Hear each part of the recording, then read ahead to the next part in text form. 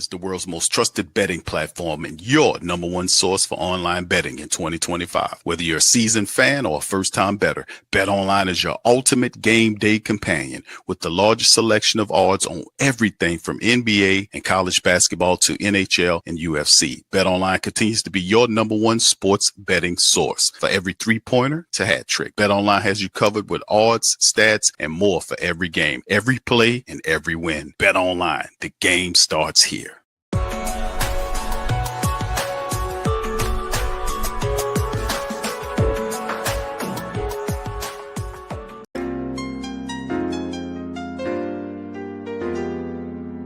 Yeah. Boogie like Vincent, I'm a who that. I'm a who that. Long as I'm living, I'm a who that. Lose or winning, I'm a who that. Sports Coma, yeah, this is where we do that. Where we do that, where we do that, where we do that, where we do that, where we do that.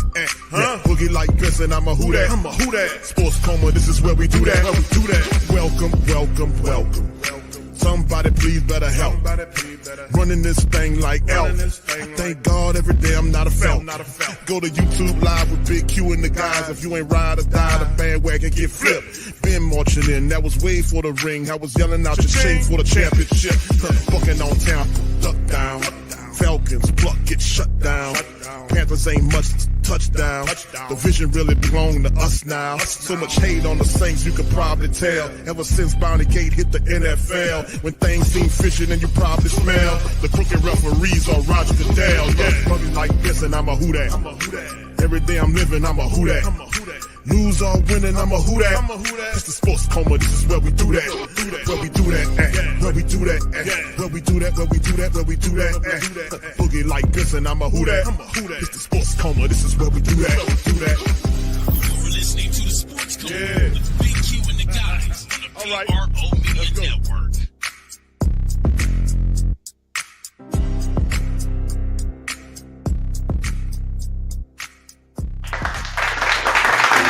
All right.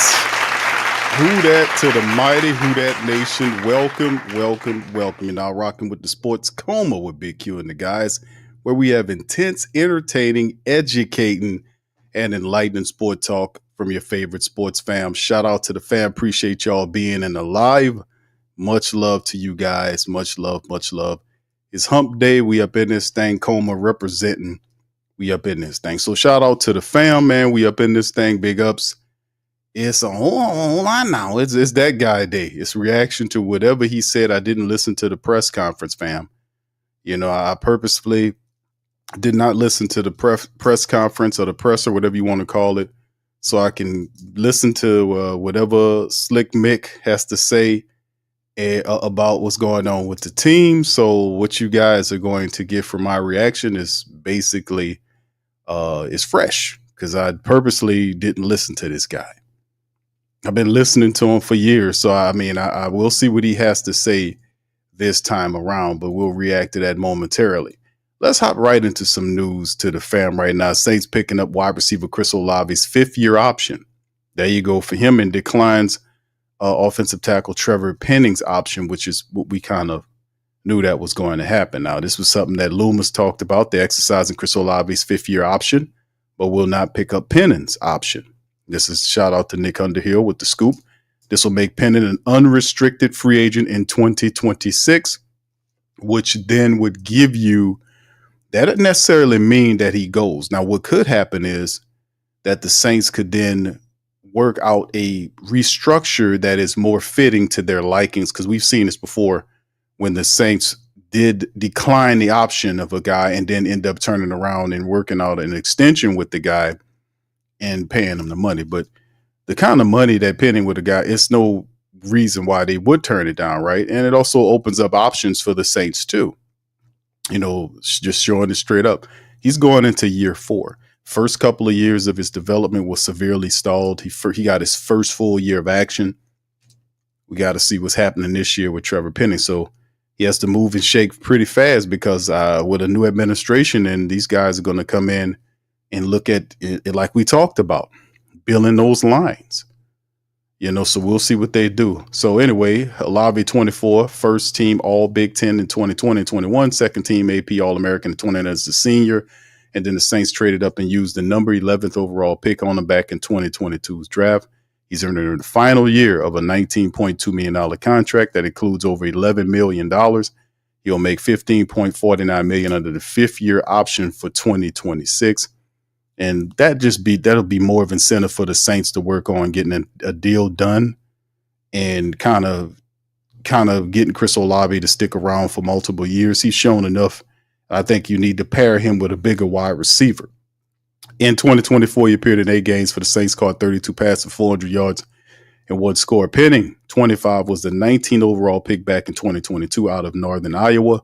He was a 3-year starter at Northern Iowa and earned first-team All-American and 5-team All-MVFC honors in 21 and was an honorable mention of All-MVFC in 2020. A lot of accolades for him. Came here and it just really stalled his development. He entered the final year of a 4-year deal over $14 million rookie contract that includes $7.4 in signing bonus money. And Penn is now set to be an unrestricted free agent in 2020, following the 2025 season. In 2024, he appeared in 17 games at the right tackle position.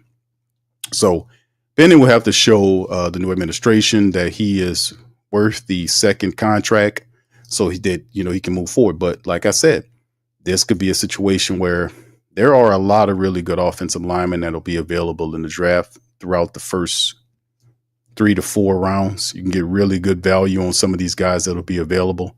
And although we're hearing a lot of stuff going on in terms of the Black and Gold Nation, man, we'll see how it all shakes and folds moving forward. So anyway, big ups to you guys. Thank y'all for being in the live, man. Listen, man, much love. Let's get ready to do the Mickey Loomis thing. Shout out to you, Rico, Black Major, Brother Gundam says Q. Why do a press conference if you're not going to answer questions? You the analyst, Brother Q, make it make sense. That's what Mickey Loomis does, bro. He does press conferences with no answers. He does it at the end of the, I've often said, Mickey Loomis, he doesn't do in-season evaluations on the team, so he has no answers. Why did you fail? Where he just comes up with excuses and people are just like, that's not really what happened. That's really bad, by the way. When people really see you who you are and know you're supposed to do evaluations of your general manager. That's why I like to split the job apart, because you have a VP making sure the general manager does what he does, and then it rolls downhill. But you got one guy that's not checking anything, just hire the guy, whatever. And then you got the guy above his head that don't know anything. So you just got a stupid structure of unaccountable people, and he knows he's unaccountable. And she does nothing to slap him down to make him know you're just an employee. I don't care if you own somebody's will or whatever the hell it is. Just slap him down and let him know, hey, man, this is my team and you work for me. That type of stuff. Just flex a little power. Why don't you? Show a little backbone. But yeah, brother, it's just, we'll see what he's talking about here. Arnold, what's up, Arnold? Shout out to you. He says Loomis is incompetent. And to have a press conference smacking chewing gum is unprofessional and rude. It shows Gail Benson is not only blind, she's deaf too. And I'll give you all a round of applause for that one, bro.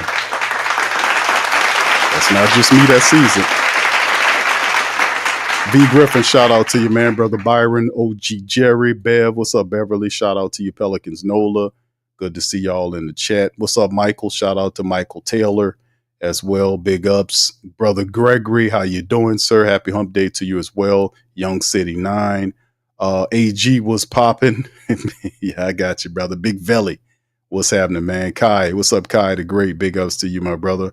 What's up, Riley? Shout out to you, King Chosen One. Big ups to you, man. He says, don't hold us long, Q, with this mess. All right, I'm going to try not to, my brother. I'm going to try not to. Okay. All right. What's up, brother Hennessy? How you doing, man? Big ups to you, man. This Poppy 504. St. John, how you doing, sir? 504 Code. Marley Mall's in the building. Brother Jerry Covington. He says, Mickey Loomis need to stop with these games. Shaking my head. I know, brother. Charlie Dog, how you doing, fam? Much love to you, man. A-Camp, shout out to you, brother. I see you, man. He says, raise Mickey so we can get a real general manager. We need someone young and hungry. He's just smothering the team. What's up, T Dirty? Shout out to my brother T Dirty, man. Much love. T Dirty, I'm a sport your gear, man, on the draft stream, bro, this weekend, man. Shout out to T Dirty as well. All right. Big ups to everybody, man. Good to see you, man, in the building as always, man. So let's get right into it, man. Let's see what Slick Mickey got to do because, and after that, we'll go over what Cat Terrell had to say about Mickey Loomis during this interview. Questions were asked about, in terms of, what she's saying here about Derek Carr and all this kind of stuff. And Mickey Loomis does what Mickey Loomis does. He does the thing where he, oh, my God damn it. I'm not answering any questions on that. Hold on now, and this kind of stuff. So anyway, without further ado, we're going to get to Slick Mickey and see what he got to say. And y'all just hang. Y'all hit the like button and just understand, no fam, I'm gonna break every now and again if I hear something very interesting, which or funny or have something to add. So here we go. Hold on. Here we go. Yeah, look, appreciate y'all being here. I understand that you've got a lot of questions. It's kind of low, man. Draft, but first I want to hopefully answer the questions about Derek Carr. He does have an issue with his shoulder.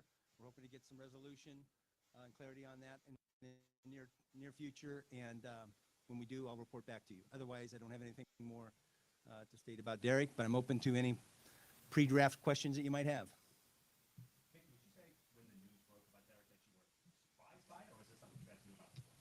Yeah, I'm just not going to answer any more questions about Derek. I mean, this is a pre-draft. If you have questions about the draft, then I'm more than happy to answer those. But in terms of the roster and Derek, I'm not going to answer any more questions about that today. Mickey Loomis, man. Mickey Loomis. Talk to him, Brother Greg. Brother Greg got to talk to him. The problem is you trying to talk with your shit and you don't know nothing instead of listening. Huh? I'm listening. Okay? No. I get $40,000, nigga, and I dare motherfucker to... Come on now, dog. Come on, man. I mean, it's the biggest question of the offseason about Derek Carr. I mean, it's not a secret, Mickey. You can... Hey, hold on. Hold on, goddammit. I just told your ass. Oh, I'm not answering that question.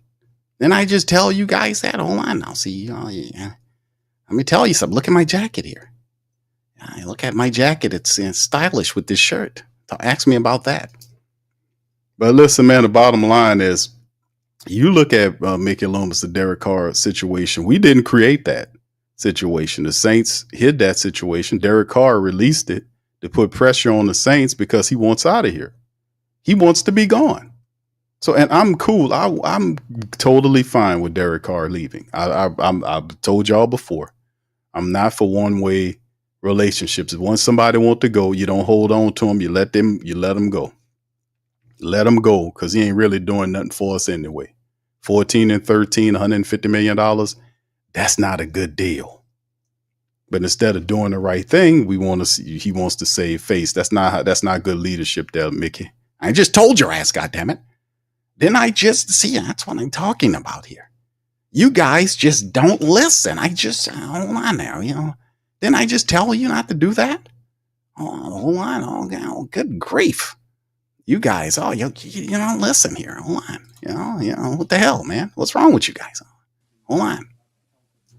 God damn it. Hold on.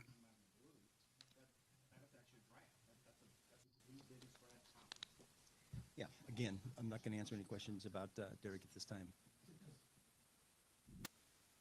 Why not, Loomis? Why not? Yeah, I don't think the draft approach for us is any different than it would be in any year. We're looking for as many good players, great players as we can find. And look, we're fortunate enough this year to have multiple picks in the first 4 rounds, and we're excited about that because I think there's some depth in this draft that we'll be able to help our roster.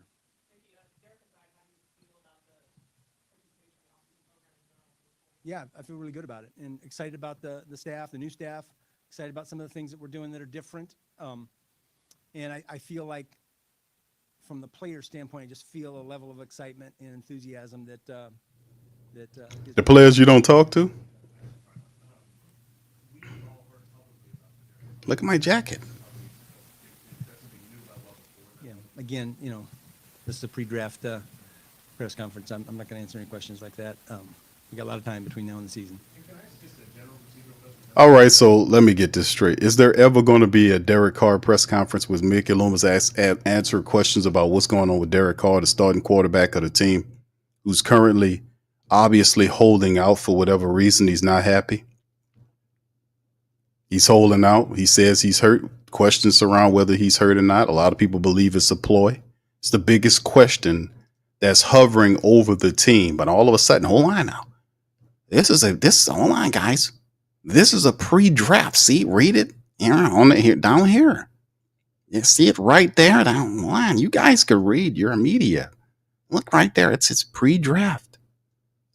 No Derek Carr questions. So it will ever be a press conference, Loomis, where it is Derek Carr questions that you'll answer? Come on, bro. Just Mickey is something else, man. I'm not answering any questions on Derek Carr. God damn it. Just the $150 million quarterback that's disgruntled. It's just not small potatoes. Not a practice squad player with a stub toe. This is boy, I tell you, man. Boy, oh boy. Where did they get these guys from, man?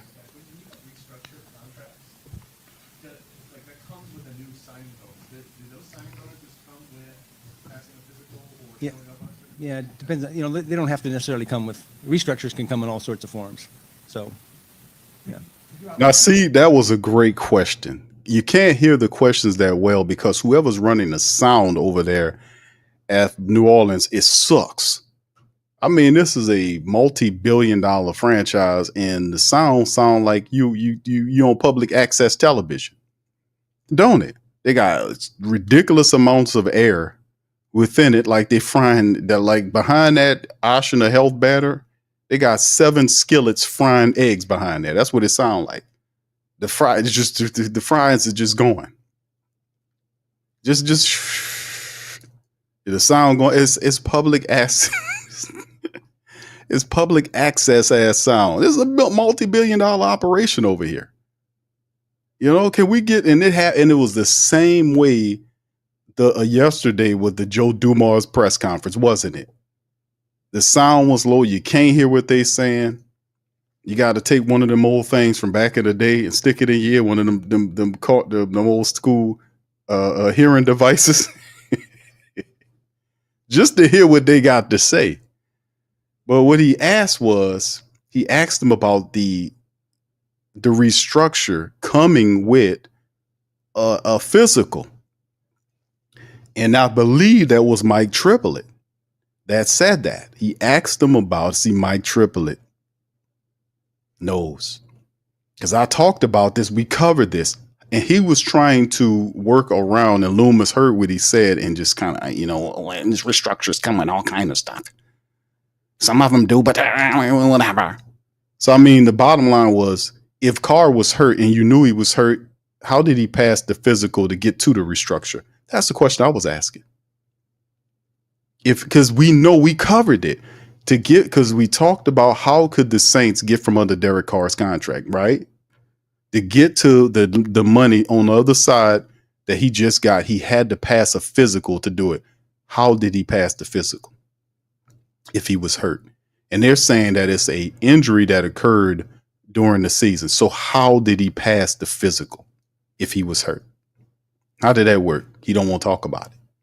Knowing this guy, he probably didn't give him a physical. Oh, you don't have to do that. Just come over here and drink some of this gourmet orange juice and eat some of this. This. Come on over here. I know, I mean, this is amazing, man. Is anybody going to get to him? Is Gail Benson going to do anything? It's crazy, man. That's the question. How did he get to the money if he was hurt? Yeah. For that, 50th time now? I guess I haven't been there 50 times. Yeah, no, I got it. Yeah, I think you're looking for quality players. So we're always looking for the best player we can get wherever we're drafting. More often than not, when you're on the clock, you've got 2 or 3 players that are all graded roughly the same, and then you go to, okay, which of these positions fits us, at that time in terms of your roster need. More often than not. Every once in a while, there's just a guy out there that's so far graded above everyone else. We just got to take this guy. That's happened to us. It happened to us when Deuce McAllister was drafted. We had Ricky Williams. We had a really good running back, and yet his grade was just so much greater than anyone else's on the board. We took him, best available player. It happened with Will Smith, as I recall, when we took Will Smith. So more often, though, you've got 2 or 3 guys in a cloud. They're all graded roughly the same. You have the same opinion about them, and then you're just sorting out by position at that point. Yes. Bro, this is public access TV like a mug. Y'all hear all that? But that ain't me. What's going on here? I do. And I'm not saying that we haven't ever done that before, but that's, I think, generally when you, and sometimes those turn out. Maybe you overdraft someone higher than what you've got them graded, but it turns out. That's right. But I think that a lot of times when you make mistakes, it's because the value didn't match where you were drafting. You made a mistake because you didn't draft the right player with the scheme, and your people didn't develop them fast enough. Does that change your thinking that, like, now we have to go get this position because it's not allowed, or you just said maybe what? I mean, it could. I don't. Yeah, I'm not saying that it necessarily. I can't think of a specific example, but yeah, I mean, you're always paying attention to your roster and who, if we had to play a game tomorrow, who are we lining up? So you always pay attention to that, but you also recognize we're not playing a game tomorrow. We've got time. Then there's other avenues to fill needs. There's free agency, there's the draft, there's trades, there's guys are going to get released in the during training camp, and so there's going to be other opportunities. Maybe how much more is it within the 9 picks that this individual contributes or starts individual? Look at my jacket. Oh, my jacket is I'm sly. Yeah. But picking a guy that he's going to contribute to the 2025 season. Yeah, well, I think that varies from team to team. You may take somebody that's more developmental if you think the upside's really huge. I think for us, if we're picking in the top 10, we're looking for somebody that, man, we're going to count on this guy for the next 8 to 10 years, and he's going to fill that spot, and we're not going to have to worry about it. That for me, that's the goal. And that sometimes that might be a home run, a perennial Pro Bowl player, but sometimes it might be a guy that just, man, we can sleep at night because we got that position covered for the next, 8 to 10 years. Given the current situation, when it comes to trading up and trading back, new coaching staff and all that, would you say maybe the philosophy could be a little different this year when it comes to not giving up draft picks and trade up? Well, make it thirsty. Going with the same philosophy no matter what. Well, look, I know my record says something different. I've never been against trading back. It just appears that way. I think when you have a new coaching staff, obviously we're getting to know each other. We're getting to know each other's philosophies. Kellen and I have talked a lot about draft philosophy, about what he wants to get accomplished in year one. All right. Where we're at, all those things. So Almost. it comes into play, yes. But I think how I feel about things and philosophy hasn't changed, and how he feels and his philosophy hasn't changed either. We're just trying to communicate that and make sure we're on the same page and aligned, which I think we are. It's been a fantastic experience so far. So That's right. Hold on. I don't know if that answered your question, but that's where we're at. I was going to ask about the trade-off, right? Because you've done that. We have had trade-offs. You've got to be able to trade, right? Yeah. You feel good. You get your guy. Yeah. Trade back is preparation. You feel pretty good. I'm just kind of wondering, is that true, one? And two, Jeff, would you also mentor? Boy, they frying burgers and everything, steak fries and everything behind that damn curtain. I mean, I don't recall ever being burned by that. But Get you some gum. Get some gum. Gum stop you from coughing, according to Mickey Loomis. I would say this in general. When I look at it, I believe in our evaluation process. I believe in our grades. And so just philosophically, it's hard for me to say, I want to trade back and get a lesser player than I can get from moving forward. So if you move forward, you're guaranteeing yourself, in my mind, a better player based upon our grades. Now, we got to be right? Right. As opposed to going back, and I might end up with a lesser player. So That's right. No, just, hold on. and I get that you're getting more swings, right? When you trade back, you're picking up assets and you're getting more swings. So I understand that philosophy. I don't disagree with it. They can all work. Sometimes you might feel like I can trade back and still get the guy that I was going to take. That's when it really makes a lot of sense, right? When you feel like you can move back some spots and still get the guy or one of the guys that you really wanted. I want to see what they do, man. As of this morning, yes. There's a lot of It'd be interesting to see, the questions, because these questions are asked every draft presser for Mickey Loomis. We've seen quite a few of them. Are you going to move back? You going to do this, that, and the third? It's basically the same rhetoric we heard before. We're going to take the best player available. It's draft 101, right? Because you're not trying to divulge any information that's going to tip your hand to your opponent, even though, a lot of people believe the Saints were really interested in was Shedeur Sanders. And most of the times people NFL teams do not want that to be known of who they're going to pick, because another guy whose position maybe 5 to 10 spots behind you will see, okay, they're there, and will try to offer a package to leapfrog you to get to him. But the feeling is a lot of the teams ahead, whether it's Cleveland, there are quite a few teams that could use that guy. Cleveland, and they talk about I heard Colin Cowherd talked about Cleveland doesn't want a quarterback because they have Deshaun Watson, they got Pickett, and they got they signed Flacco. And I'm like, Flacco is probably a 1-year deal. Deshaun Watson is more than likely is going to be gone soon. I mean, he just got thrown out in the press by his owner. I mean, the governor, whatever. The owner came out and talked about he'll swing and a miss in terms of him, and he's still on the team. Like, damn, that's a way to kind of, and he's been horrible up there. But yeah, hey, man, he didn't put a gun on you to tell you, hey, man, let me go to Cleveland. Y'all gave him all that money. It didn't work out. And then there is Pickett. Pickett is unproven. I mean, he has some potential, but nobody's going to hang their franchise or whatever. They want somebody that's going to draw. And of course, I was looking at some reports about Shedeur. A lot of the scouts are calling him entitled. I knew it was something like that. Now it's starting to come out a few days before the draft. Now all of a sudden he's not as fast as he's supposed to be. He's not this, that, and third. And now you're starting to see the real bull crap, which is they're calling him entitled. It's not about entitlement. It's about, can he produce? Can he produce on a high level? Does he have the football acumen, the high IQ, the processor, to process the field? He does at times looks and stares a little too much longer, but he does see what he likes. He just has to be coached out of that. 4 years of tape, high production from him. I still consider him the best quarterback in this draft. The hell what they talking about.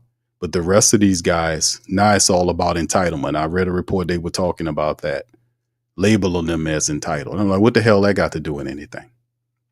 But is entitlement a way to drop your stock that damn far, to the point where now you're not even, when they went older, everybody's cool on him? I shall see come up this first round tomorrow where he goes. All this BS.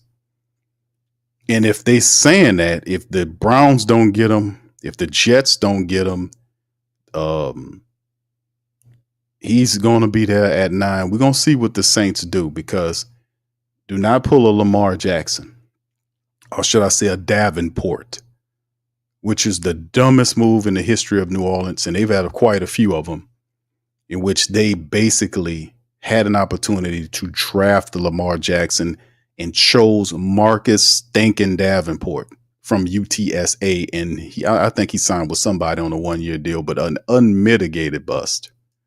One of the worst decisions the Saints ever made in the draft. Terrible decision to pass up on, but they've been doing that. So if Shedeur is there, they better take him.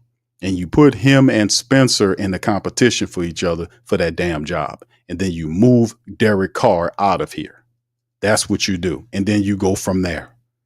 Then let the draft board decide based on your board what you got to do. But you got the big one out of the way for the next 8 to 10 years, as he says.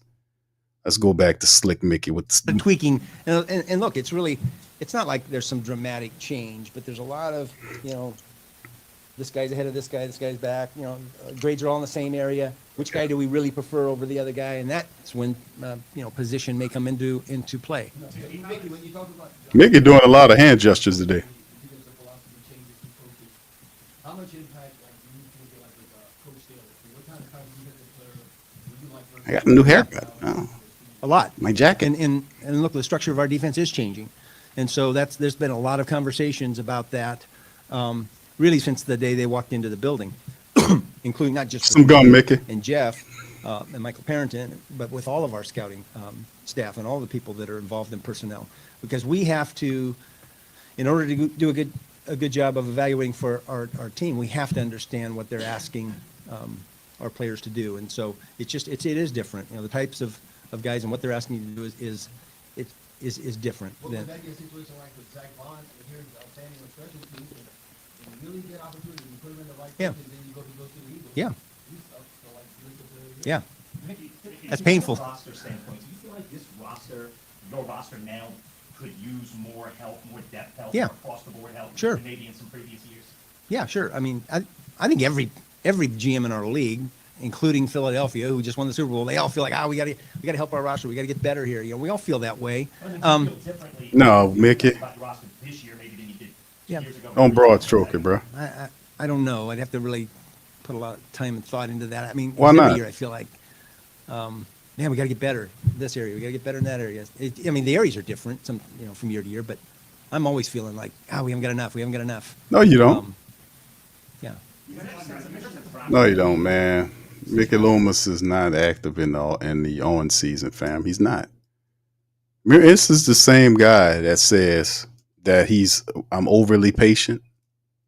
Remember that? This is the same guy. That's the problem. That's what we talk about during the season when you see the Saints, instead of making trades to get players that impact the depth right away, Saints be playing around with practice squad players from Canada. They pick up a tight end, they're never going to see the light of day. He got more of a chance of being hired for the janitor position than he does playing on the football field. Some of the Saints people, they take, what are these guys here for? I mean, they picking up these practice squad players. I mean, they pick them up and sign them, fam, and they don't even have a picture. I mean, what does that got to tell you, man? I mean, you see the article on their damn site, and it'd be a picture of a helmet on the field. Saints just signed Carlos Barloff from University of Canada or whatever. He don't even got a picture. It's a picture of 3 helmets on the field. Might as well put a damn picture of a silver trash can out there, man, because that's what it is. But no, Mickey's not active enough, man. Mickey doesn't talk to the players. He doesn't do in-season evaluations. And the man asked him a question about depth on your team. Everybody feels that way, goddammit. Hold on now. Yeah, look at my jacket. Everybody feels this way. All the time. Hold on. All the teams feel that way. And the man had to reframe it. It's like, no, Mickey, I'm talking about we're talking about the team, the depth perspective, your depth. The offensive line is, the backups are garbage.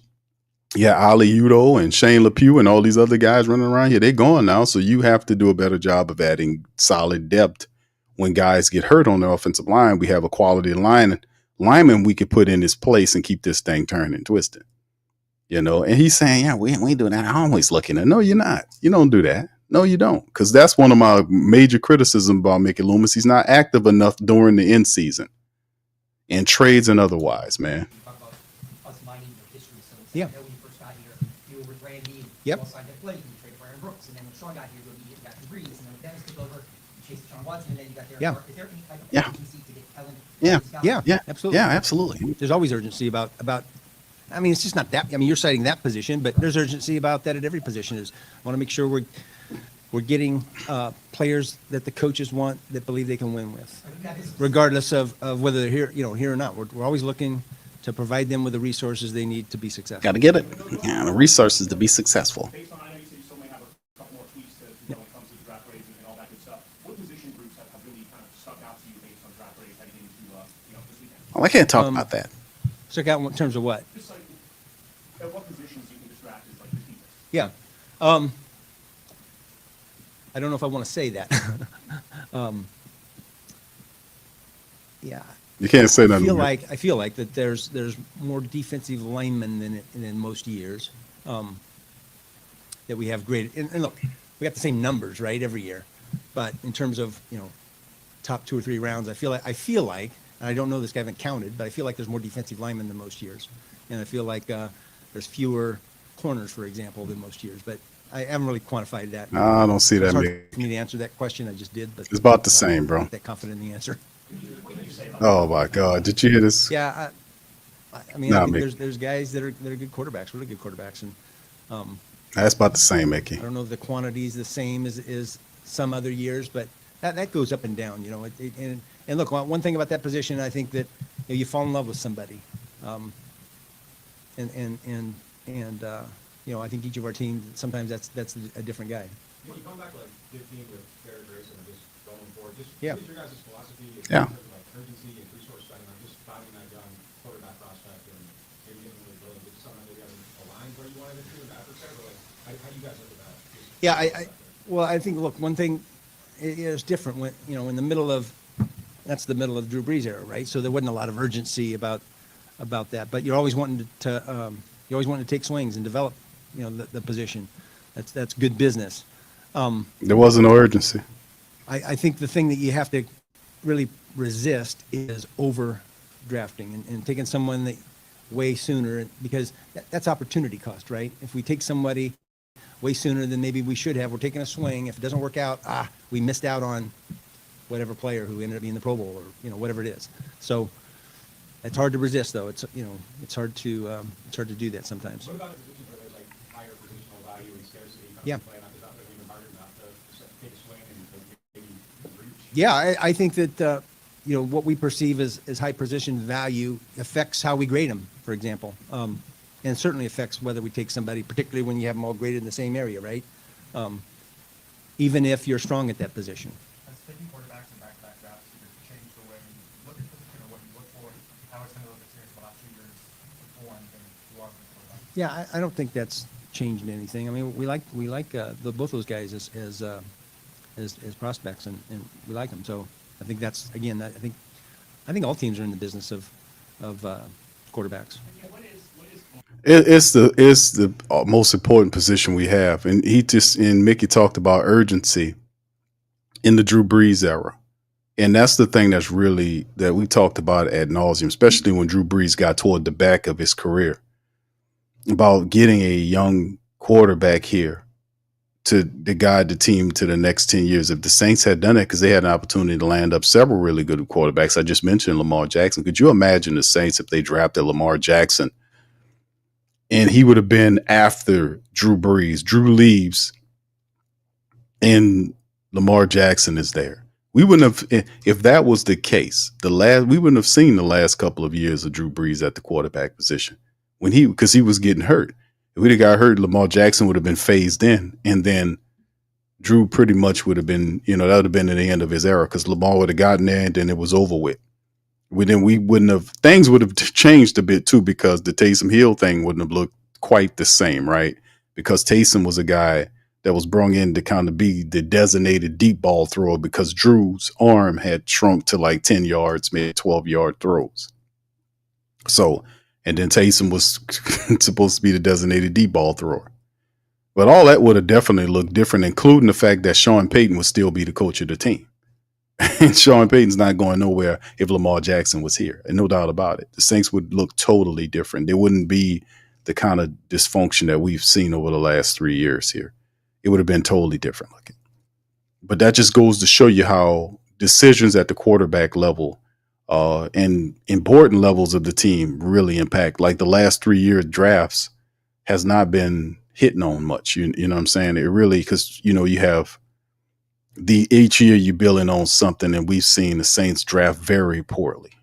Or if they're drafting guys, these guys are not getting developed by the coaching staff and acclimated into the team successfully or functionally. You've seen it with Zach Bourne. The Saints, Sean Payton had an idea about Zach Bourne, what he wanted to do, but it never materialized.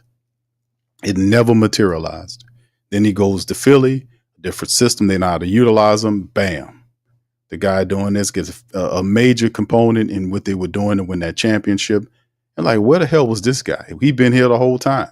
But like I said, it's not about just drafting these people. You got to draft a person that fits what you do. That's, and then the thing that really helps it is the fact that if you draft a guy and it's a similar system to what you're operating in, that's a shorter learning curve to get him more. Because remember, when you draft these guys, they're on the clock from day one.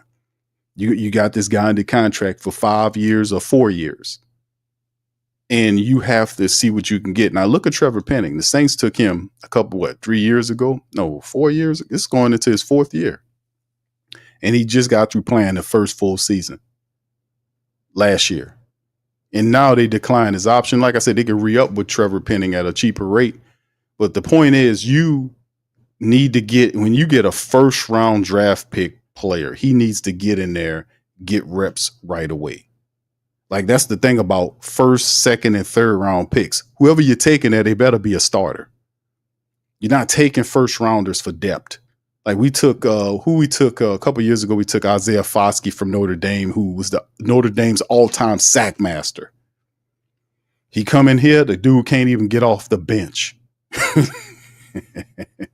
He can't even get off the bench. I think he got like a half a sack. He can't even get off the bench. So, I mean, they're supposed to be, if you're drafting these guys, they have to be a slot there that you can get them ready to slide to. And like I said, most people see obviously a first round pick, second round pick. Those are starter picks.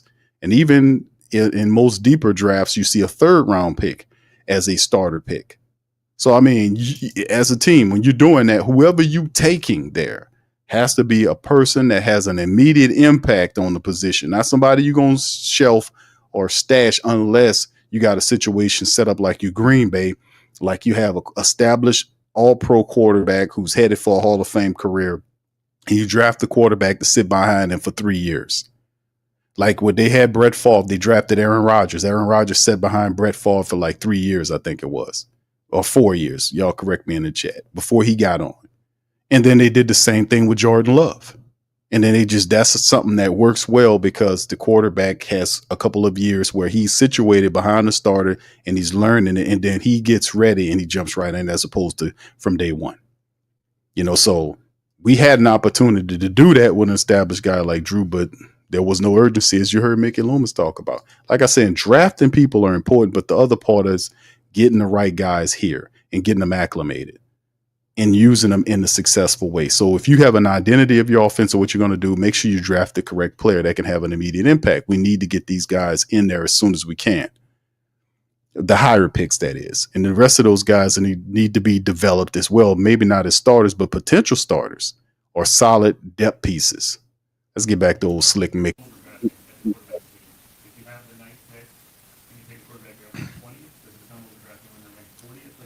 Yeah, it's a good question. I don't know that I have a great answer for that. So, What have you done up until now? Like, where have you drawn the line on? Is there more wiggle room in that position? yeah, I think probably, yeah. Is it because, I just looked back, I talked about the history of people who were in Seattle. Yep. Don't like Dan McGuire and Rick Meyer in the first round while you were there. I know. Yeah, I wasn't really involved in that decision making, but yeah, I understand what you're saying. That's truly biography. Those are the only two that were in the first round. Yep. During any part of your Yep. tenure. Is it just coincidence or by design because you feel like you have to be picking in the top three to get a guy? Or... Good question. I don't know that I can answer that though. I mean, look, the guys you fall in love with at that position, you feel like are immediate players they're going to be taken in the top, 7 or 8, 10 picks, right? That's just the nature of it. That doesn't mean that you can't find a really good quarterback later. Just more often later, it's more speculative and there's more development that's required. So, I think that's what's the difference between taking someone in the top 5 or 6 versus taking someone later in the draft. Yeah, good question. Depends on what you're drafting. Depends on what you're drafting, right? I think if you're drafting up really high, you better love them. You gonna try one more time?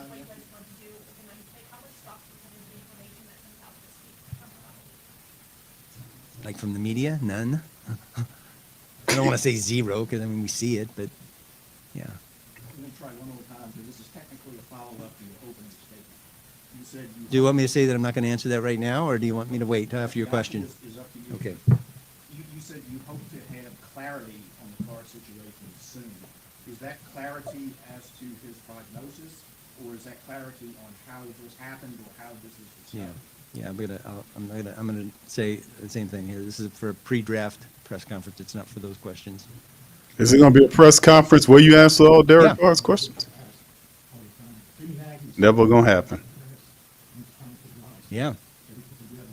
Tomorrow they're looking to get quite a few names that played in the team. Yeah. So you drafted him first round. Yeah. So when you saw him the whole week there, walk away from Yep. did you feel that way? Yeah, I think there was a number of comments from our personnel staff that, man, there was a lot of really good players there for the week. Some of them didn't play in the game, but a lot of them were there at the beginning of the week, and then a lot of them played in the game. Yeah, I felt like last year was the talent level at the Senior Bowl was really good as well, and man, I think there's a lot of players that really helped themselves by going not only to the Senior Bowl but the East-West game, and yeah, those are valuable exposures for players, and are certainly valuable to us as evaluators. What has it been like leaning on quarterback position? Yeah, it's great. It's awesome. You know, we've got him, we've got Scott Tolzien, we've got Doug Nussmeier, all who played the position in the league, and yeah, it's been awesome. Are you seeing big differences in what? I'm sorry. Are you seeing big differences in what Kellen and Brandon Staley might want as opposed to what you were getting? We know they kind of had the same regime for a long time. Yeah. Are you seeing like fundamental differences in things they're looking for? I don't think there's any real differences in terms of the intangible things. You know, the makeup of the players. I think there are some differences, particularly on defense, in what we're looking for based upon a different structure of the defense. But look, we're all just looking for really good football players who love the game and are smart and tough, and you know, all that's the same. But there are some nuance. I think it's more, instead of differences, I'd say it's more nuance than differences. When you look at the impact now, letting me jump on the things like the running back position. Yeah. All of a sudden, you look at Saquon's contributions like Derrick Henry, and do you feel like teams like going forward, I guess it could be cyclical as far as like if Yeah. running backs are hot or not. Yep. How important does that come about that you have one, you got 1-2 punches with Kamara Zane? Yeah. So he's that, and as far as when you take a running back over. Yeah, look, I mean, I think we've always valued running backs. We understand, you know, what they provide in terms of winning. I think since I've been here, we've had a lot of really good running backs. You know, Ricky Williams and Deuce and Reggie and Mark and Alvin, and I'm probably leaving a couple out. But so I think we've always valued the position. I do think that, you know, what Philadelphia did with Saquon and elevated maybe the perception of that. I think that's helped running backs in general. He's a pretty special player. So yeah, I think it did help the perception, you know, at least, you know, league wide or maybe even the public perception. Spencer Rattler, okay, I mean, if you're going to draft a quarterback, it has to be somebody that you think could be above the Spencer Rattler. Yeah, I mean, we're speculating here. Like I said, it just, you know, we're in the business of developing quarterbacks. We like the guys we've got. That doesn't mean, you know, we're going to draft, how many draft picks we got? 9? We're going to draft 9 players. You know, there can be different positions. It doesn't mean that we don't like the guys at those positions that we have. It just means we're trying to add to the mix and create competition and make ourselves better. And so I don't think it's any different. Got 9 picks for Mickey. Some people think you need the perfect offensive line before you put a premium assets in the back. Does it matter to you Yeah. guys at which way it goes, or can one come with I don't know that I can answer that question really, but I do know this, is that, you know, our philosophy and Kellen's philosophy is you build inside out. You know, offense, defensive line, you know, you got to put resources in those areas. That allows you to be a good football team. And so I think we're aligned in that. I dig that. That's what I've been saying. Inside out. I know that, I get that. That's cool. success in your bringing this community in, without saying off the fan, but do you have a message? Because obviously, some Yeah. of the answers are going to be a lightning rod for more fan frustration. Yep. Is there anything about being patient or is life the end of the tunnel? No. Something that can get clarity on the situation we started with. Now, look, I can't, listen, we're 5-12. You know, we got to own that. We're 5-12, regardless of why. And that falls on my shoulders. So I understand the frustration. That it just is what it is. That comes with the job. And I understand that. So I got big shoulders in that regard. This is similar to what Doug was asking earlier, but when you look at your roster and you're trying to decide how many guys are future that people would sleep at night. Yeah. 5 and 12 fall on his shoulder. It's what it is. You know, 5 and 12 is decision making by this guy on the screen. He hired Dennis Allen. He didn't check Dennis Allen. He allowed Dennis Allen to crack and fracture his team. He didn't check him at all. He allowed him to have free reign, and he didn't fire him. It was you. The Who Dat Nation told Gail, hey, we ain't coming to them games. And they put his ass in the street. But Mickey Loomis was advocating for him. But if it was up to Mickey Loomis, he wouldn't have fired him. You would still have Dennis Allen running the team today if it wasn't for the supporters. So he has no. This guy is a moron, man. He has no. He has absolutely. I mean, good Lord, man. See, the thing about it, the winning and all that, like I can applaud the Joe Dumars move, and Joe Dumars did something. He brought Troy Weaver, who's an executive who used to be with the Pistons there. You know, and there's some good and bad there, but he's attempting to bring people that have some idea of what it takes to build a competitor. You know, this guy here is, if they love him so much, look at that guy, Mickey Loomis, general manager right there. He just needs to go. You know, it just go. But it's really disgusting how they run these teams, man. I mean, really, truly, fam. If you love them that much, keep them the VP, but get somebody else to be the general manager. Because you talk about Philadelphia, and he's making these references to Philly. Howie Roseman is a mover and shaker. He's a guy that's constantly making trades to improve his team. If Mickey Loomis had half of that, he would have been competing for that Saquon trade, to get Saquon there, to get the move to bring Saquon to New Orleans. It would have been something like that if he was really serious, but he's not. He's too calm. Because he's comfortable, and that's dangerous. And when you losing and you're 5-12, and this is the demeanor of a 5-12, we got to earn it. There is no apologizing to you. That would have been a perfect opportunity for him to apologize to the support base about the pathetic and crappy ass product they've been putting on the field. The excuses that they've been making, this crappy, stupid possum face coach they had here for the last 3 years, not knowing what he's doing, bringing this ingrate $150 million, 14 and 13 ass quarterback down here that he refuses to talk about. And he sits up here, well, I got big shoulders in that regard. No, you don't have big shoulders, Mickey Loomis. You don't have big shoulders at all. You don't have any sense at all of what's going on with the team. You're 5-12. This is 3 straight years of losing. What is it, 3 years? I forget now. It's a lot of losing. But this guy is the reason why. Single-handedly, this guy here is the main reason why, because the poor drafting, not developing the proper talent, the instability of the team, the injury room still stupid and garbage, weak depth, building teams that can't absorb injuries correctly, no accountability at the top, and it goes on and on and on. And this is the source of all the dysfunction you're looking at him. This moron. Did you learn anything thus far? Because I really didn't learn too much. I already knew Kellen Moore was a guy that felt like building the trenches up. You can look at what happened with Philadelphia to understand that you build from the inside out. The Saints, I've been saying it for a while, the Saints offensive line could be better than what it is. The depth was terrible. The mind frame of the Saints offensive line is weak. It was almost like they were going through the motions.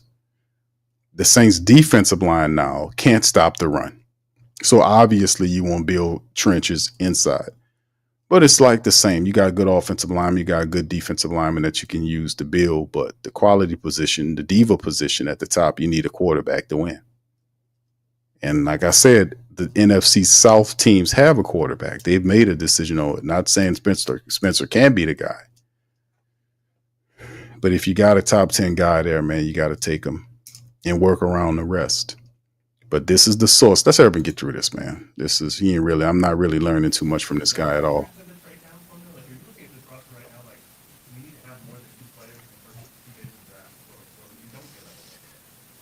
Well, I don't know that I can answer that exactly right. I can say this, though. Look, we've got a first-round pick, a second-round pick, 2/3 and 2/4. I feel really good about that because I think we'll get good players in all of those spots. And that makes me feel good. Last time we had this many picks in the first 4 rounds, I think was 2017, and that was a pretty good draft.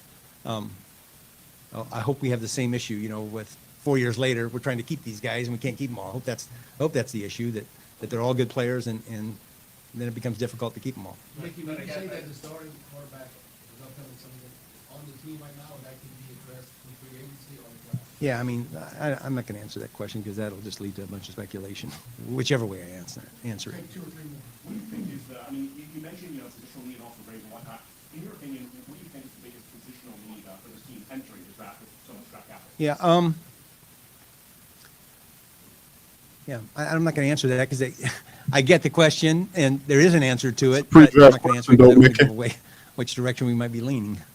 Appreciate the question, though. Now, listen, we study every player that's eligible for the draft, regardless of position. So that hasn't changed. You want evaluations of these guys because they might become free agents. They might fall down to you. You just never know. So I think we're pretty diligent on really every guy in the draft because remember, this process starts a year ago, 2 years ago. We don't even know when we're drafting it. When we're going through that early part of the process. So you have to evaluate every player. 2 years ago. Well, look, he had a serious, knee injury, so it's going to be a while. It's going to be a while on Taysom. Yeah, I think when I have more information, we'll deal with that. Which is what I said.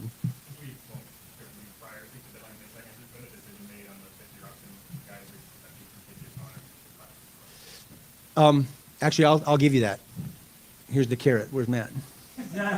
Here's the carrot, Matt. So we are going to exercise the option on Chris, and we're not going to exercise the option on Trevor. But that doesn't mean we don't love Trevor and expect him to be part of our team going forward. Is that enough of a carrot? That's pretty good. Yeah, there you go. All right, I made somebody happy. I like it. All right, thank you guys. Appreciate it. There you go. Mickey Loomis not saying junk. All right, Mickey Loomis, let's get you on out of here with Dick Gregory. What Dick Gregory got to say about Stop, it. y'all keep talking. Huh? You keep talking, man. And you shut the up.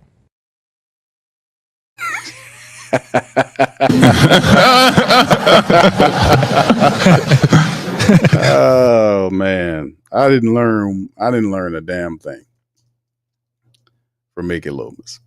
I didn't learn anything. But this is pretty much what, like I said, I didn't watch it just to listen to it, and it really wasn't nothing. And the big thing is the Derek Carr thing that's hanging over the team. The Derek Carr thing is big, because obviously the guy what's going on there? What's going on there? What's happening there? What's the word on the Derek Carr thing? And he's just pretending like, I'm not going to answer any questions on that. I'm just saying, hold on. I'm not going to do it. Hold on. Just look at my jacket and tell me, why ask me about my jacket? I'm like, doesn't it look good with my hair? No, none of that? Oh, okay. Whatever. It's ridiculous, man. On his face, man. This is the New Orleans Saints general manager person. This guy. This guy. Oh man. Oh my goodness. I think before Gail do anything, I think some spiritual forces will have to transition him up out of here before Gail do anything about it. But the reality is, it's just ridiculous, man. Yeah, you're not learning anything. Haven't learned anything. That was 30 minutes, just thrown away. He refused to ask the most pertinent and important questions, which was, "What's up with Carr? Why are you refusing to talk about it? Give any information? It's not a secret. It's not something what are you going to do there? And Carr is basically positioning himself to force his way out of New Orleans. Whether I don't see if he's hurt and he's really hurt, you can't trade a hurt player, right? So what is he trying to do? Be a post June 1st cut? Is that what he's forcing himself to do? So, but the thing is, like I said, this is all a creation of this guy. He created all this madness. This fool here. We could have got from under Carr's contract. How did he pass the physical? Doesn't want to talk about it. Triplett tried to hit on it, and he just moved right past it. I doubt he even gave him a physical. The way this team ran is it's just uncanny and amazing to me, man. It explains a great deal of why the last several drafts were so not too good. The team's depth is underwhelming. The only thing the Saints consistently do well is get undrafted guys and turn them into starters so they don't have to pay them anything. So we got a lot of undrafted guys here that's making waves, but in terms of hitting on the draft, the Saints have a very low grade there. So I'm not impressed from what I heard from this guy tonight, and that goes pretty much what it's been doing. All right, let's pivot to you guys, man. We just over an hour. Y'all do me a service, hit the like button, man. What's up, B Jizzle? Shout out to my brother B Jizzle in the building. Mad Drummer, I see you, fam. What's up, T Mama? Shout out to the Queen, T Mama. What's happening, baby? How you doing out there? Hope you're doing well. Good to see you in the chat. Andrew says tomorrow's draft will say it all. Yes, indeed, sir. Much love. Yeah, and that's the thing. It's a lot of the smoke and mirrors. The first round of the draft is tomorrow, and there's all this stuff about Shador. I listen. I hope that he does fall to the Saints at 9 because that'll be telling. Because they saying what Saints are doing, they're hot and heavy and all this kind of stuff over Jackson Dart. I seen some dude draft Jackson Dart, and I mean, was that Charles Davis? Did that? Somebody drafted Jackson Dart at 10. I'm like, so where the hell was? I mean, at 9, and where was Shador? Shador wasn't even in the first round, and I think that was Charles Davis's draft. He had one of the NFL guys had the Saints taking Jackson Dart at 9. Boy, I was like, what? Like it's just ridiculous. But let him fall to us at 9. The Saints should draft that kid. If he's there at 9, you draft him and you go and you do whatever else you got to do. In the second round, you come back in the second round if you're looking for a defensive end. Princely from Ole Miss should be available in that second round. Pierce is going to be gone, obviously. Williams from Georgia will be gone, but Princely will be available in the second round if you want him. That's some people think should go in the third, but he'll be available, and several other really talented players will be available in the second round if you want a starter at that other end position. But remember, with 1, 2, and 3, you're trying to take starters there. That's the idea. With the first round draft pick, we're trying to get a starter. You see what I'm saying? So if Shador's there, he justifies the pick at 9. He's a top 5 player, top 10 player. You get him at 9. That's quality. And your QB position is obviously up for grabs because your in-grade quarterback, who's not a professional, is trying to berate himself out of here, whether he's mad or hurt or whatever the case may be. We got to make a move there. Very important position. Then you go elsewhere. Maybe another starter is needed at the opposite defensive end position of Brian Bresee on the 3-4 line.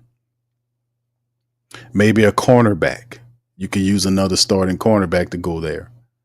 You just maybe left guard. You're not happy there. Perhaps you see a tackle there for Penning. Like you don't see Penning as the future of the team after this year, and you want to get from up under him. Maybe that could be something. So, like I said, the first round is tomorrow. We'll see exactly what's going on. I will be here live for the first round for the family members. Thursday's show, I will be here live. Friday's show, we'll be here live for rounds 2 and 3, and all of Saturday. So we'll open up the phone lines on Saturday. We'll hear from you guys through the broadcast. Pops Q will be joining us on the Saturday broadcast. This is big time for us. And then, of course, as the night when the draft ends, the UDFAs will then get signed, and we'll know exactly who our undrafted guys will be. That's a big part of what we do in a Who Dat Nation, because a great deal of those guys eventually become starters for us. That's the reputation that we've cultivated here. All right. Let's see. Any questions, man? Brother Byron says, Q, I can't deal with Mickey Mouse. Look at him. Look at his hands. And he ain't doing nothing with all that motion. Can handle none. He says none kind of moves as general manager. Has to go. Won't allow BS mess him. Yeah, I see what you're saying, Byron. Shout out to you, brother. All right. L Dub says, can we draft a new GM? Yeah, I'll be like, hey man, this is a joke. This is the day before the draft. And I don't expect him to tell you exactly what's going on, but at the same time, I don't understand why he pivots to this is just pre-draft talk. Who cares? This is Saint talk. We need to know what's going on. The most important position on the team is the quarterback. Tell us what's going on. It's not a secret. Unless you're trying to hide the fact that you was responsible. We already know he's responsible. Who else is doing it? There's no general manager making these decisions. He's both guys. So obviously it's easy to pinpoint the problem. All right. Mad Drummer says, you ain't going to learn nothing, Q. I've learned nothing except for the only thing that he said He said, now, if you listen to previous press conferences, and I've done that over the years, you can go throughout and hear me doing this, playing these press conferences with Mickey Loomis, and it's basically the same thing. He's basically saying the same rhetoric. Doing that, like I don't expect you to drop insight on who you're going to draft or what position you're looking at, because we could if you know the team, you got your own evaluations, and you know which direction the team is going in. You know your team. You know where they're weak at. Now, whether your coaching staff knows that's a whole nother thing. But if you're Kellen Moore, it's very smart for you to look at your offensive line and defensive lines, because they were not good, especially when they started getting banged up. The defensive line couldn't stop a nosebleed, and the offensive line couldn't run the ball effectively. Could not run the ball. Dumb backups when they were hurt, didn't know what to do. They were weak, didn't know the playbook. It was an absolute joke. But you got to build the lines up. The offensive line coach got to drive Ruiz and make him better than what he is. And it's a lot of stuff there. So, like I said, we'll see what happens here. All right. What's up, YO? Shout out to you. Be kind. What's up, Be kind? All right. Snakebite says, what did we learn today? Mickey is still a clown. Yeah, he is, bro. That's not going to change.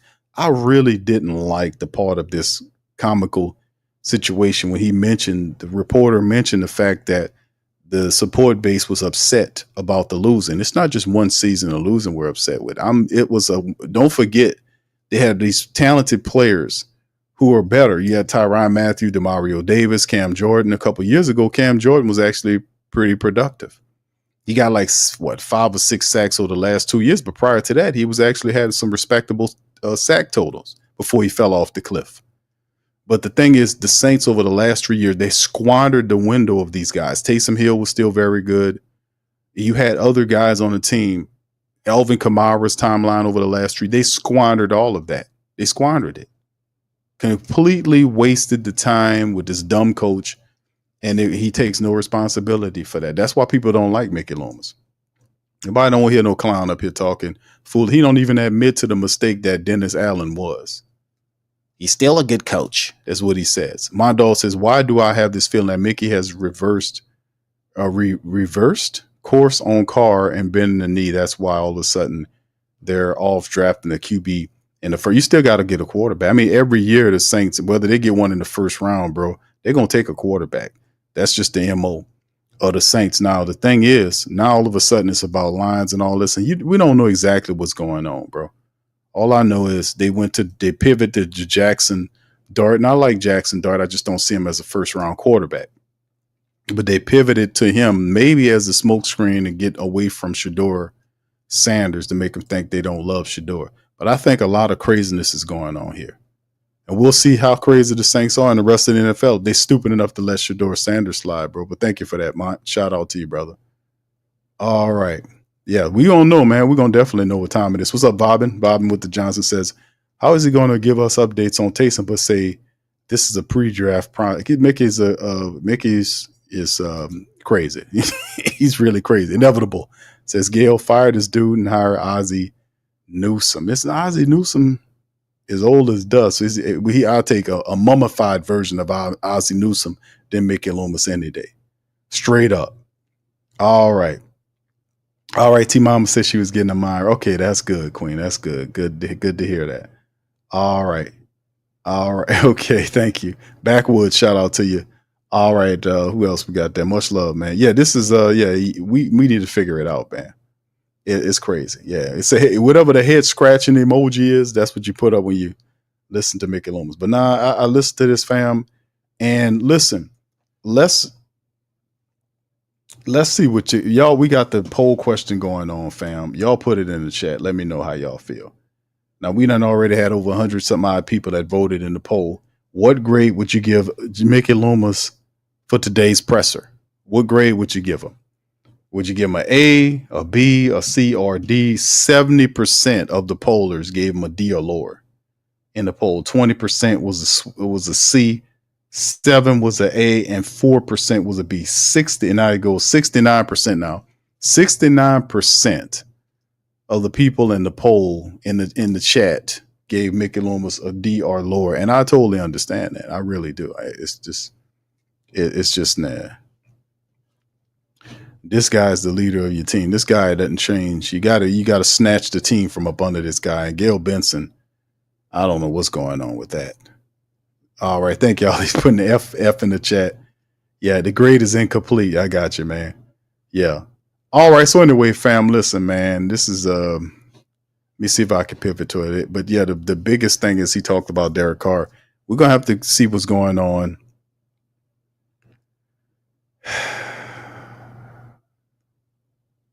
We got to see what's going on with the Derek Carr situation going forward. It's not something you can act like it's all cool and laugh it off and sniggle and giggle and sweep it under the.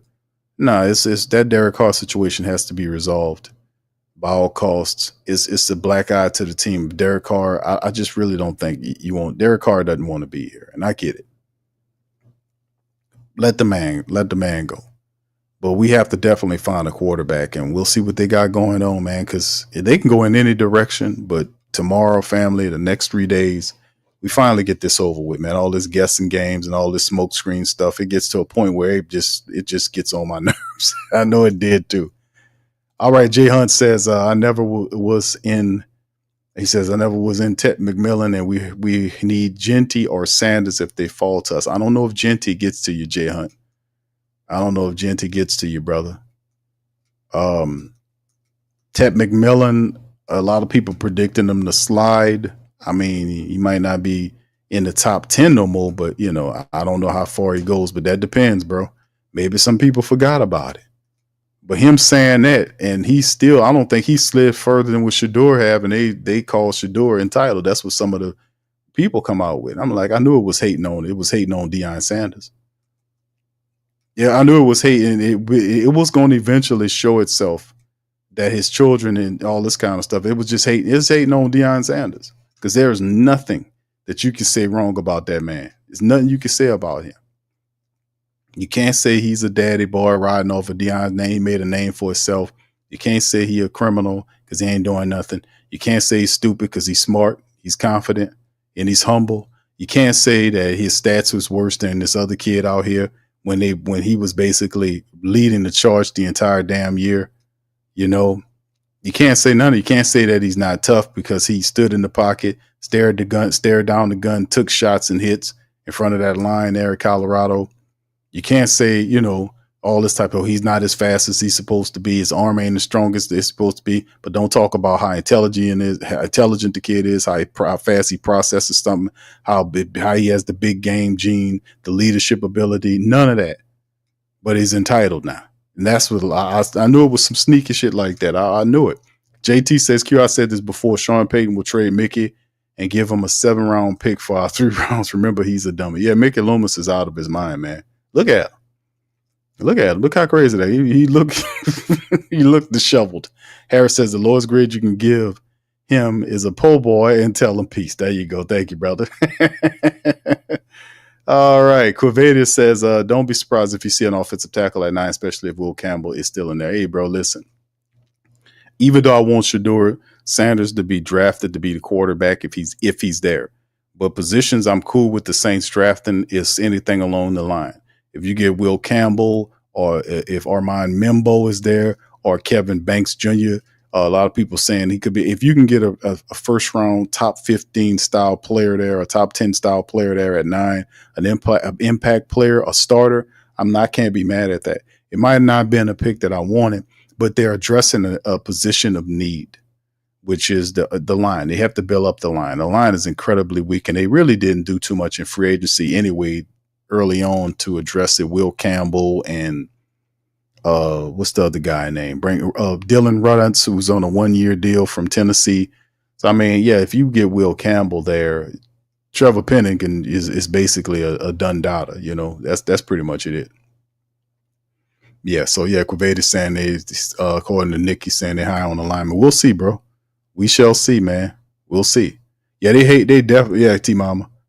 Yeah, it at the end, because I was asking the question leading up to the draft, what's going on with the curious case of Shador sliding, He didn't do anything. He ain't on some Shannon Sharp type stuff where you got all this going on or alleged stuff going on. He ain't got none of that. Clean as a cucumber. You don't have any controversial stuff, nothing bad or negative. And he's sliding. And then, like I said, I seen a report. I don't know if y'all seen it or not when they were talking about it. A lot of the execs considered him entitled. I'm like, what does that got to do with football? How's entitled a thing that slides and the production is there? What are you talking about? It's something. It's against Deion Sanders. All right, Tiptoe 28 says Q. He says it was hard listening to Mickey and not thinking Q's going to kill this tonight. Yeah, it's because it gets old after a time, bro. Mickey Loomis doesn't change, bro, and he's getting worse.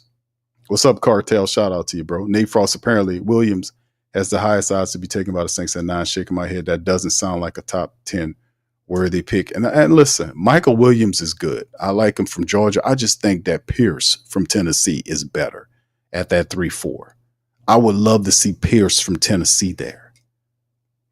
Nothing against Micah. Like him a lot, really good player, but I like Pierce from Tennessee. I think he's more of that's a plug and play player right off the top. He can rush the pass, so he can set the edges right away. That's a starter. So we'll see what they do, man, with that. Maul says somebody needs to find a Mickey tape talking to hold on now, goddammit. Hold on. I'm a married man here. Hold on. I don't play that. Hold on. Only time I go outside is I'm going to my car and I don't go to the grocery store anymore. I get my groceries delivered now. That's the only time, goddammit. You can't prove anything. But Mickey's obvious. But seriously, man, Mickey Loomis is actually getting worse. He's getting worse because this is what non-accountability gets you. A guy like this running amok, making terrible decisions at the top of your team. And I mean, this is what he's getting worse.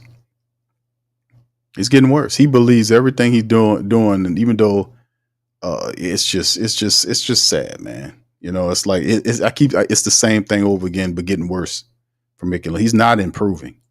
John says the racists don't like flashy blacks. Let's keep it real. The white hoods will never like it. Allow them. They control. Well, I mean, Deion Sanders has a reputation of being pretty flashy, neon, this type of stuff. And Deion is not lacking for any lack of competence, but his children, his children are respectable. They respectable. And as far as what I know about Shador, I mean, he's a good guy. He's earned his name and he did what he's supposed to do. Shiloh, on the other hand, is like, he's also a good kid. He's a little bit more Deion in terms of what he does on the football field, but but it's difficult for him because he's a safety, playing safety, and his father played DB. So he's not nearly that level, but he still carries the Sanders name. He got some good things going about him, but the QB position, with Shador is something else totally. But yeah, they were saying that, man, about him, and I just thought that was ridiculous. All right, he says, I want to pull your coattail, Q, on Cam. He said he played 2 years ago and was placed behind Young last year. Really don't know if he fell off the way of well, I mean, bro, listen, the Cam thing, right? And I'm talking about when you look off at his statistics. Like if you go back and look at Cam's last 2 years, it was like combined for like 5 or 6 sacks, and he has some injury concerns such and such. But if you go prior to that, he had like an 8 sack year or something like that. His sacks were actually what we know Cam Jordan to be. But we all know still and all that when you get to a point, you're gonna fall off sooner or later. That's why some of these guys you got to have a replacement. Now the Saints literally tried to replace Cam Jordan or find a guy that could pick up the pace. They drafted Davenport, they drafted Peyton Turner, and they drafted Isaiah Foskey. All of those guys didn't work, and they just punted on Peyton Turner last year and then signed Chase Young to a contract. They just realized that they failed drafting, these defensive linemen and decided to do something else. We're just going to get Chase Young and bring him here. and just literally, and Peyton Turner's a Dallas Cowboy now. So, but Cam he's not the same. Now you could say it's possibly how the way they're using him. I can understand you, which if that's your conversation, it's your argument. But I mean, that's what happened to a lot of these players. They don't stay good forever. Eventually they fell off, Father Time catches them. And that's the problem we have. And it's crazy because we got some really good players. These are Hall of Fame players. I don't know about Demario Davis being he's Saint Hall of Fame. I don't know if he's NFL Hall of Fame, but he's a good player. You got Cam, Demario, and Tyrann Mathieu. Where are their replacements? There is no replacement for Demario Davis currently on the team. There is no replacement for Tyrann Mathieu. And Cam Jordan, who's Cam Jordan's replacement? I guess it wasn't Carl Granderson was undrafted and took the job. So you have an undrafted player, and Carl Granderson got paid. Chase Young got paid. Those are your starters there they moved them to the linebacker now. And your defense, your 3 down linemen potentially could be, I know Brian Bresee on one side with Devon Gacho from the Patriots. He's a potential nose tackle. And then the opposite side, it'll be hopefully not Cam. Maybe it'll be a Pierce or somebody like that you want to set. And Cam comes off the bench as a reserve defensive lineman. But yeah, Father Time catches us all, bro. And injuries and all that's a part of it, But like I said, at this stage of his development, Cam is just playing out the string, bro. I mean, he's just a backup guy that's supposed to be backing up, Maul says, Q, we need Mickey on. I don't know. I seen what Shannon Sharp said. He put out those really ratchet text messages about this girl and all this great stuff about gravy and all that. I'm like, what? What? I didn't know what was going on. What's she talking about? And I'm like, how old is this girl? And I said, how old is Shannon? Man, come on, bro. What you doing? See? Where you at up here? Where you up here? Where is this at? Come on. Don't he got a daughter or something? How you do what? What is that? What do you think going on here? It's just unbelievable how dumb these people are, man. And she's sitting up there with just taping her ass off, and he just whatever, Carly, or whatever the girl name is. Whatever. You just make me want to choke you. And then she paused for a long time. Obviously, he's so dumb he don't even realize it. Well, I don't want to be choked. Yes, you do. What? Like, dude, what did you? Just a dummy. Dummy. Goodness, what they got? Yes, you do. No. What's up all this? What's up here? Just dumb. He put out all that. This is a good look. So you gonna put out them nasty ass tests?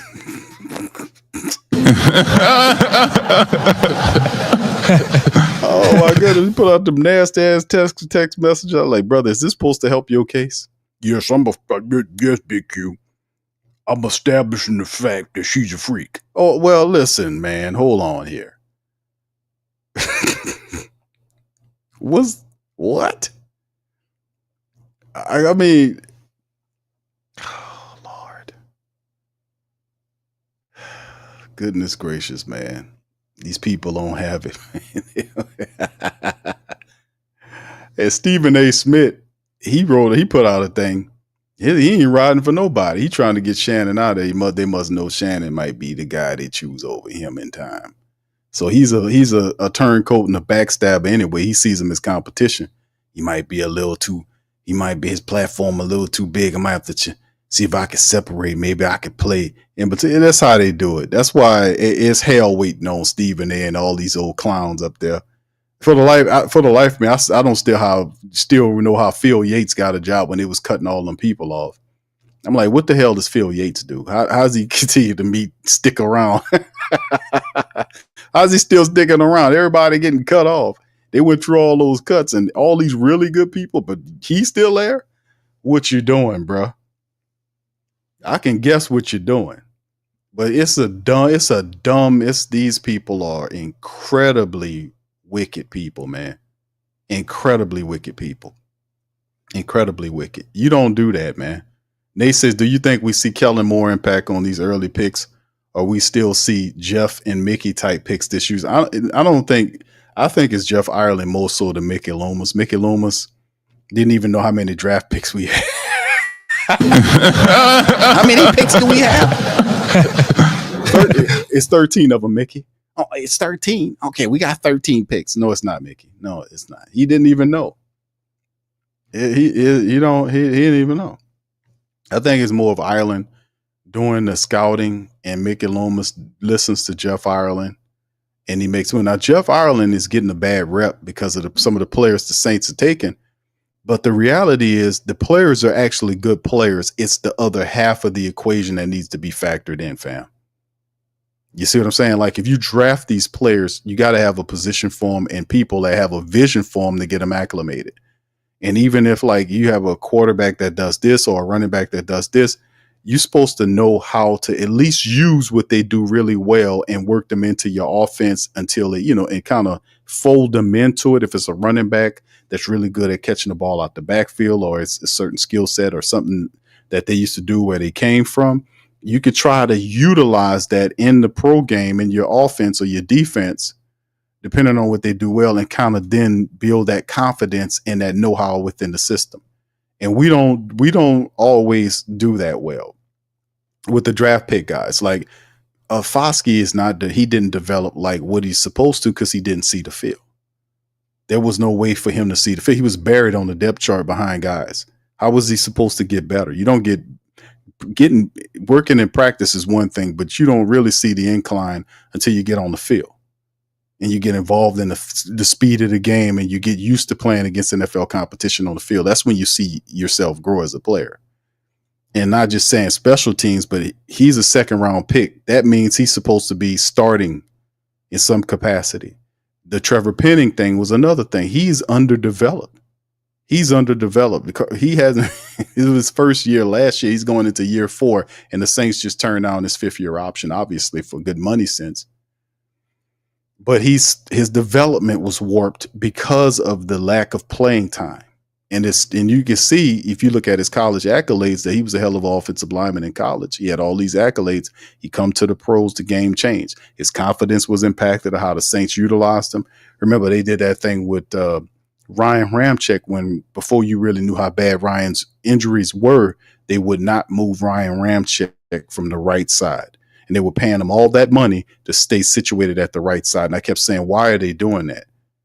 You don't put a rookie, to a blindside rookie. You don't do that. Now, Penning, certain ones are different. Willie Rove, Tali Fuaga, it's different guys.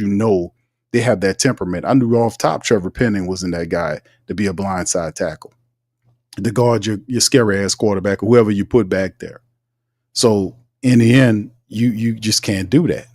But he operates better from the right side. If you got a right-handed quarterback, he can see over there.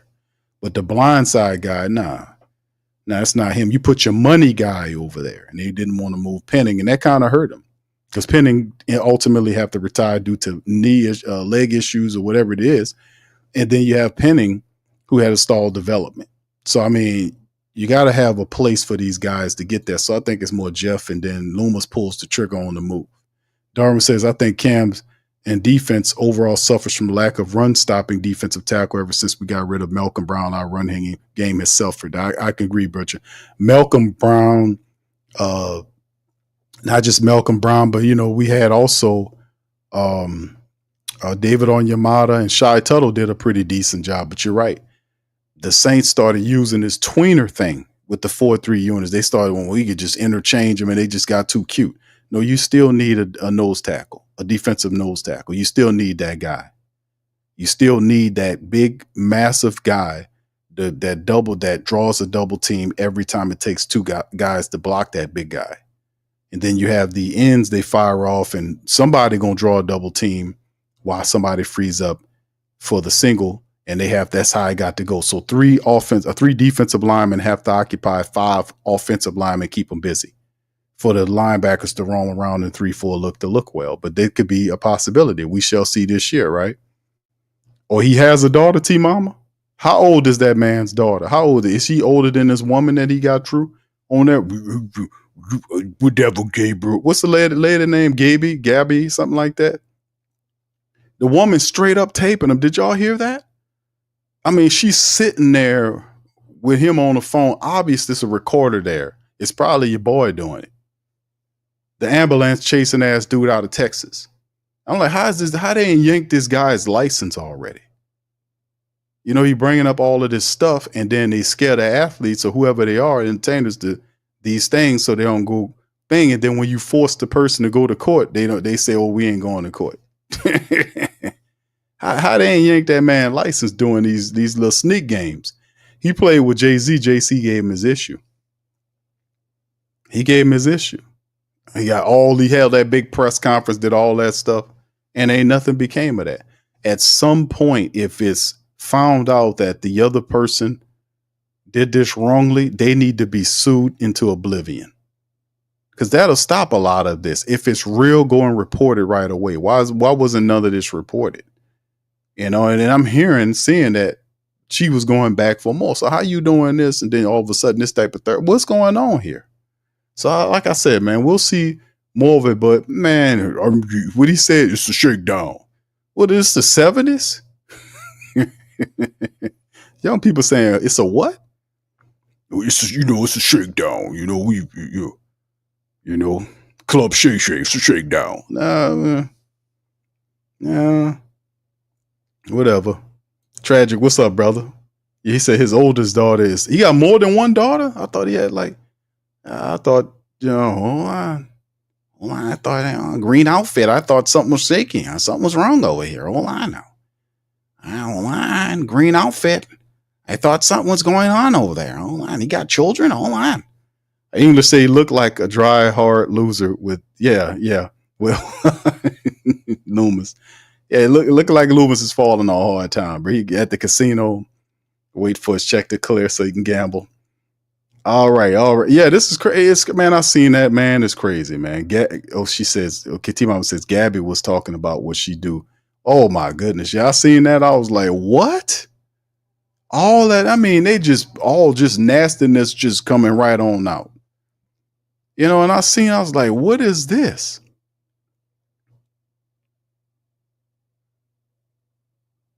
And it's just, dude, what did you think was going on? And then I guess if old boy can make, it's just too much, man. You know, it's too much going on. It's the same little crew. Didn't Shannon Sharp come from Fox? It wasn't he over there with Skip Bayless? Didn't Skip Bayless had something that just happened with that old girl? He was trying to buy love on a lonely highway. And then the other old girl that was working there, she threw her in the crossfire. The other girl who using her who's selling good cookies out of the bakery shop. I was like, old girl climbing up there. She must be a hell of a baker. That old woman, she called her Joy. I said that somebody must have gave that name and knew what they were talking about, baby. Let me tell you something, baby. What that song Blackstreet had, she's giving me joy. That there. Joy must be a hell of a baker. Cause she climbing up there and that old boy, what's his name, was on there sniffing his finger. I said, he was talking about her while he was sniffing. I was like, y'all, anybody see what I see here?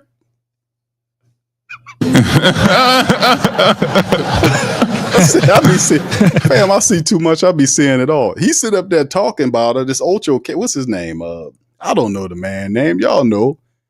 He was talking about her, how great she is. And he's sitting up there sniffing his finger. I say, hold on here. What? What's going on here? Oh my goodness. Man, listen, what happened to doing it the right way, right? Getting up there based on your talent.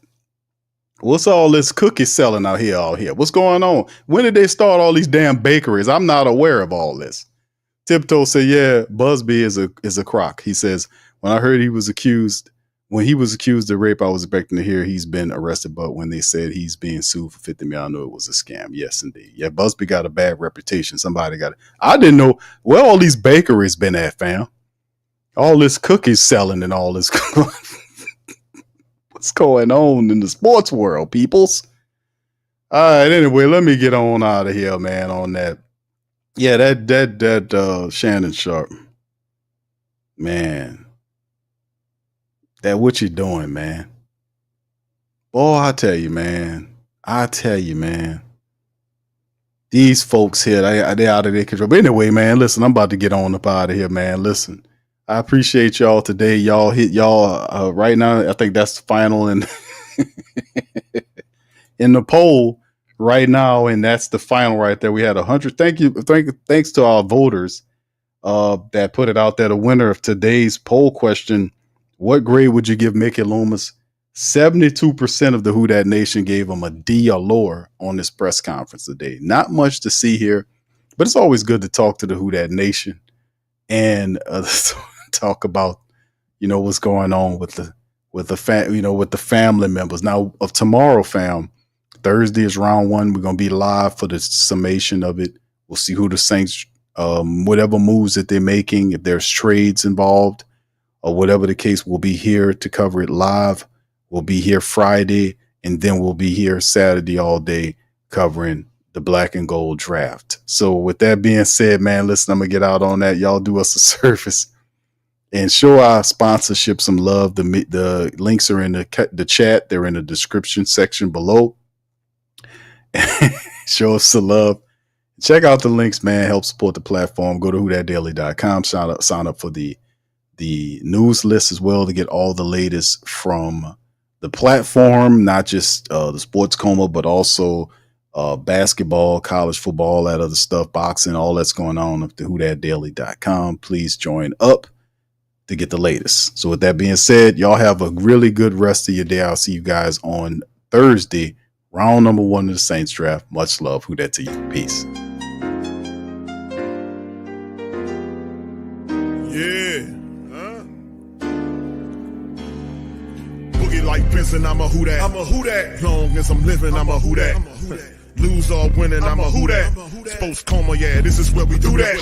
Where we do that, where we do that, where we do that, where we do that, where we do that.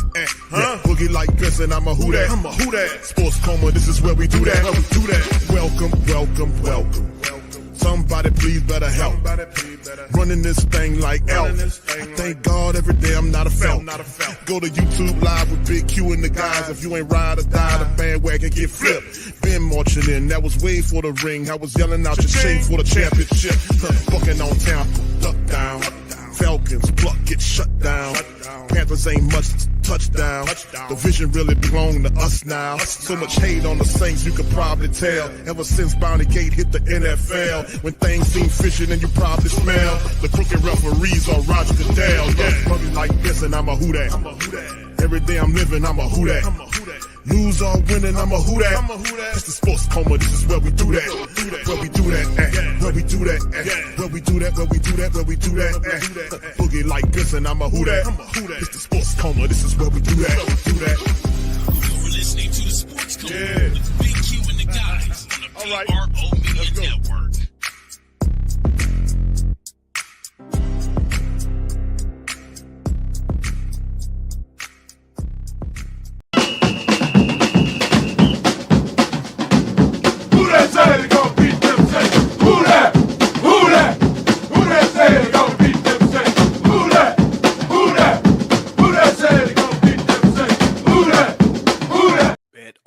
Is the world's most trusted betting platform and your number one source for online betting in 2025. Whether you're a seasoned fan or a first-time bettor, BetOnline is your ultimate game day companion with the largest selection of odds on everything from NBA and college basketball to NHL and UFC. BetOnline continues to be your number one sports betting source for every three-pointer to hat trick. BetOnline has you covered with odds, stats, and more for every game, every play, and every win. BetOnline, the game starts here.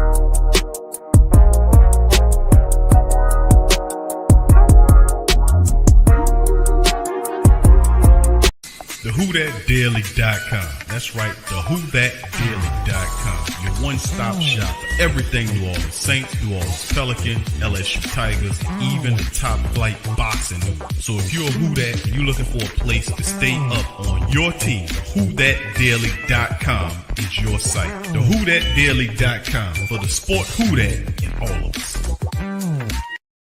That's right, the Pro Shop is the platform store where you can go and buy all the latest merch to support the platform. Available at the Pro Shops, we have dozens of hundreds of products available for you and your family. Unisex tees for men and women, hoodies and sweatshirts, tank tops, kids and baby items, long sleeve tees, mugs, pillows, wall art, bath bedding, face masks, phone cases, stickers, bags, fanny packs, socks, hats, and many other items. Please feel free to check out the Pro Shops. The link is in the description section below. And remember, it helps the platform continue to grow. Check out the Pro Shop and Who Dat.